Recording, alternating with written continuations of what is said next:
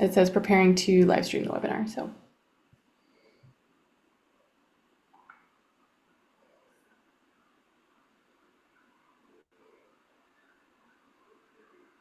it says preparing to live stream. All right, and we're live. We're live. Hello, everyone. Welcome to our live event where today we're talking about how professional skills can take your career to the next level. Thank you for being here. As you join the live stream, please say hello in the chat. Let us know where in the world you're tuning in from. I'm Corey Steig, Codecademy's Content Marketing Manager, and I'm in Brooklyn. I'm joined by my teammate, Mariana Benjamin, our community manager, who will be keeping the conversation going in the YouTube chat. If you have questions, you can always drop them in the chat, and we may have time to answer them live at the end. And as always, we ask that you please abide by our community guidelines and be respectful. Today, we are here to talk about professional skills, aka soft skills, behavioral skills, or people skills. Basically, all of the intangible, non-technical stuff that helps you succeed in your career. And for job seekers, this is what makes you stand out in interviews to potential employers.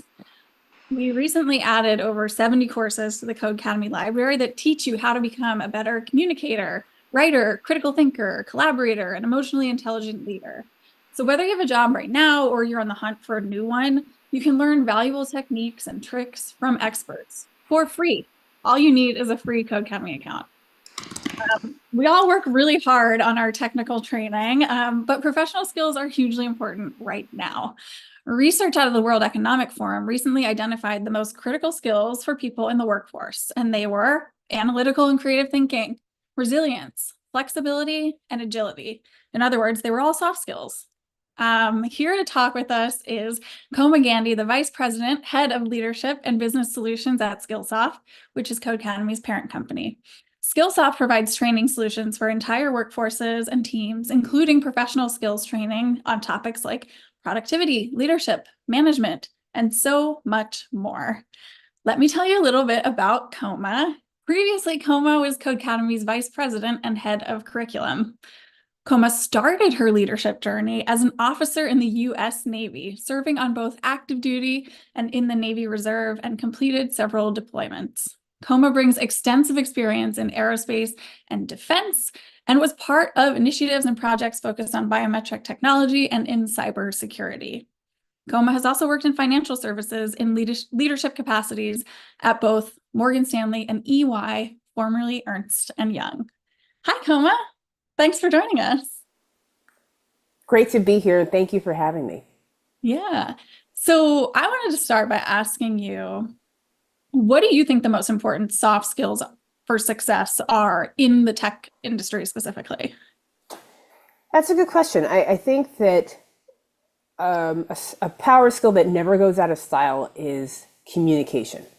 That oftentimes you'll be called in to explain things to audiences of varying degrees of technical acumen and experience. And the worst thing that can happen is that maybe you feel like you're explaining something in a way that makes sense to you, but it's not landing for the person that you're trying to explain to.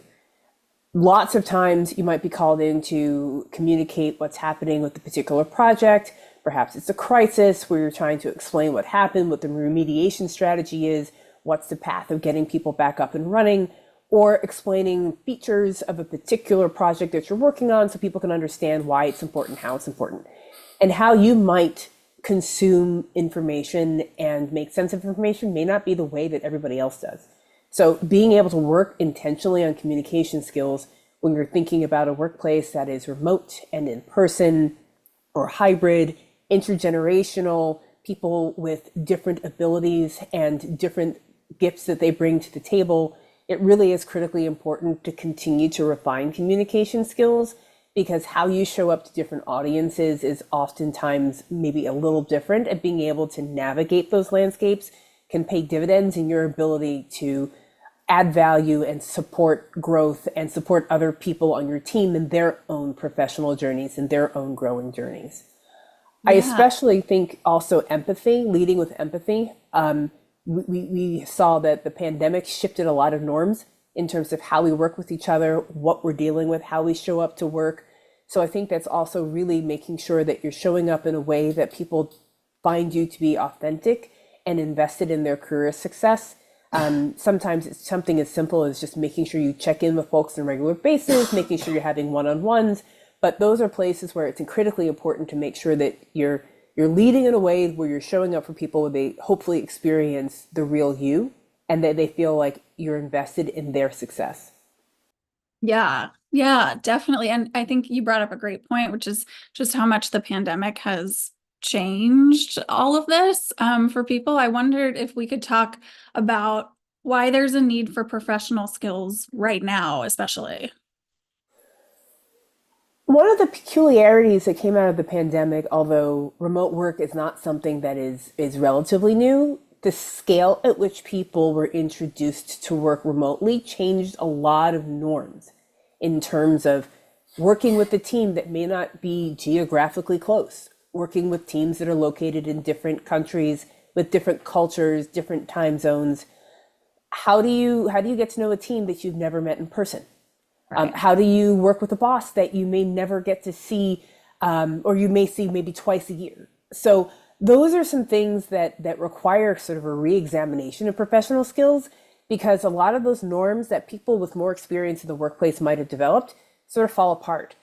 Something as simple as, how do you do a job interview? If you're used to showing up in person, how do you do it remotely? What are strategies to be able to put your best foot forward when you're not in the room with someone? If you're used to working remotely, how do you show up present in an environment where you're now interacting with people in person, where you might be used to a different environment if you're interacting with people remotely? So it really is critical, because what happens is when you have those gaps sometimes create misunderstandings or the ability to not assume positive intent. And those Right. misunderstandings can fracture teams and personal relationships and professional relationships. So now more than ever, it really is critical to invest in those skills, because those can be the make or break aspects of a team being able to deliver on time, to be able to remediate things, to be able to make sure everybody feels like they're included. And that became very difficult, especially post-pandemic, in an environment where a lot of folks were not used to these dynamics now being disrupted. And how do you keep people together and motivated when the norms that you might have been accustomed to are no longer the norms of the professional environments that we're working in now? Right, right. Speaking of which, I believe that we are having a bit of a technical difficulty connecting to the correct YouTube stream. So we're going to pause our conversation. I feel like we were on such a great train of thought there, but just 1 second while we try and figure this out.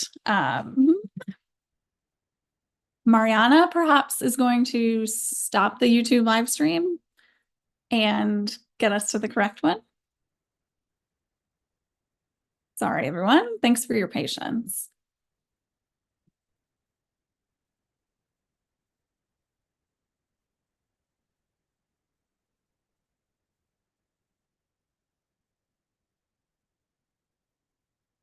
We actually have a free course on giving virtual presentations, and part of it includes what to do if the technology isn't working. So maybe we should all take that after.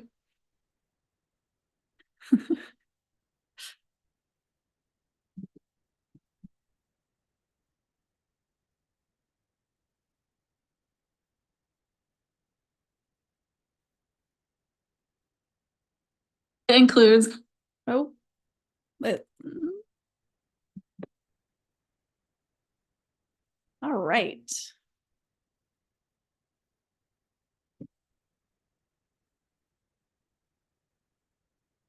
If Mariana is here and could give some input, that would be awesome.